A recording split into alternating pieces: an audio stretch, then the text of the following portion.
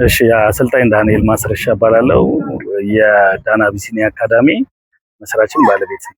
ያው እንግዲህ ምንድነው አካዳሚውን ለመመስረት ያበቃ ነው የተነሳሳ ነው።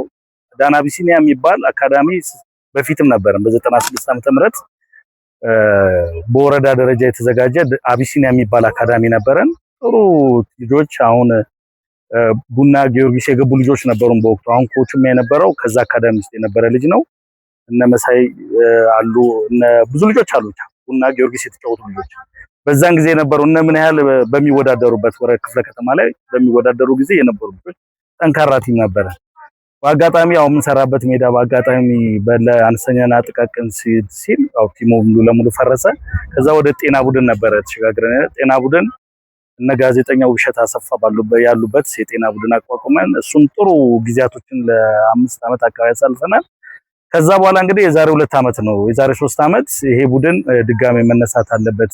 ስሙ እንደዚህ በፊት ታዋቂ በጉርድ ሾላ ላይ ታዋቂ የነበረ ቲም አሁን ፈርሶ እንደዚህ ከሚቀር ለምን አናነሳውም ብለን እንግዲህ ይሄን የመሰለ አካዳሚ ከፍተን ድጋሜ ስሙን ለማስጠራት እንግዲህ አሁን ሜዳ በ3 ሜዳዎች ላይ እየሰራን ነው። አንድነት ኢንተርናሽናል ትምህርት ቤት እዚህ የምታየው ቦታ ላይ፣ ገዳም ክርስቲያን ትምህርት ቤት ላይ፣ እንደገና ሰሚት አንድ ሜዳ ላይ በ3 ሜዳዎች እየሰራን ነው። ከ7 ዓመት ጀምሮ እስከ 17 ዓመት ባለው ካታጎሪ ውስጥ እየሰራን ያለው። ኤምአርአይም ያው ዘንድሮ ተመዝግበው ሁሉ ነገር ጨርሰን ነበር። ትንሽ በፋይዳ ጉዳይ ነው የቆመው። እሱ ከአሁን ሰዓት ጀምሮ ምልመላ እንጀምራለን እና የሚቀጥለው ዓመት በአዲስ አበባ ውስጥ ውድድር ነው። የውጭው እንደዚሁ ይቀጥላል። ምንድነው እንግዲህ የአጭር ጊዜ የረጅም ጊዜ አንድ ነገር ስታቋቁም የአጭር ጊዜ የረጅም ጊዜ የመካከለኛ ጊዜ እያልክ እንትላቸው ነገሮች አሉ። አጭር ጊዜው ምንድነው ይሄንን ያው አካዳሚውን ሰፋ አድርገን ሰፋ ማድረጉ ብቻ ሳይሆን የስልጠና ያሰጣጡ እንትኖች በደንብ በዘመናዊ ማቴሪያል አሁን እኛ ችግር የለብንም። ብዙ ማቴሪያሎች ያለን አሉ። አሁን ከውጭም የተጻጻፉን ያላቸው እንግሊዝ ሀገር ውስጥ ያሉ የክለብ እንትኖች አሉ፣ አካዳሚዎች አሉ። ከነሱ ጋር አሁን የምንሰራቸው ስራዎች አሉ። 2 ሀገሮች ስዊድንም እንደዚሁ አንድ አካዳሚ ጋር ግንኙነት ፈጥረናል። የሚቀጥለው ጊዜያቶች ወደዚህ ይመጣሉ።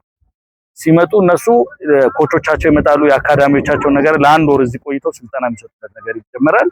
ከዛ ልጆቻችን የተሻሉ በዚህ የተሻሉ የሚባሉ ልጆች እዛ ስኮላር የሚያገኙበትን ነገር ነው አሁን እያመቻቸ። እንግሊዝም አንድ የቼልሲ ተጫዋች ስሙን አሁን መናገር አልፈልግም፣ የሱ አካዳሚ አለ። ከሱ ጋር ግንኙነቶች ተፈጥረዋል። የሱ የማናጀር መጥቶ እዚህ አሁን ተነጋግረን ነው የሚቀጥለው ዓመት ምናልባትም እዛ እንግሊዝ ይሆናል ጨዋታችን የሚሆነው።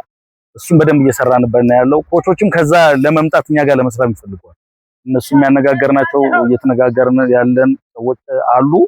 እንግዲህ ወደፊት እንትን ይሆናል። ሌላው የረጅም ጊዜ ቅድ ያልከኝ ምንድነው እነኚህ ስልጠናዎች እንዳሉ ሆኖ ትልቁ ነገር አካዳሚያችን የራሳችን ጂም እንዲኖረን እንፈልጋለን። የራሳችን ሜዳ እንዲኖር እሱን አሁን በደንብ እየሰራንበት ነው ያለው። ትልልቅ ሀገሪቱ ላይ ያሉ ስፖንሰሮችን አሁን መጥቀስ አልፈልግም ያላለቀ ጉዳይ ስላሉ ነው።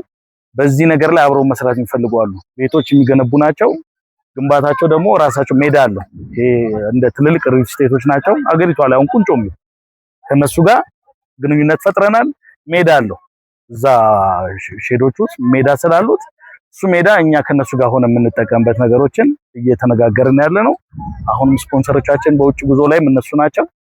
ስለዚህ የተሻለ የራሳችን ሜዳ የራሳችን ጂም እንዲኖረን እንዳለ ትልቅ ተቋም ለማድረግ በዚህ 5 ዓመት ውስጥ ከእግዚአብሔር ጋር እየሰራን ያለ ነው። ትልልቅ ሰዎች ከጀርባችንም ስላሉ ይሄ ነገር ደግሞ አይከብደንም። ትልልቅ ወላጆች አሉ።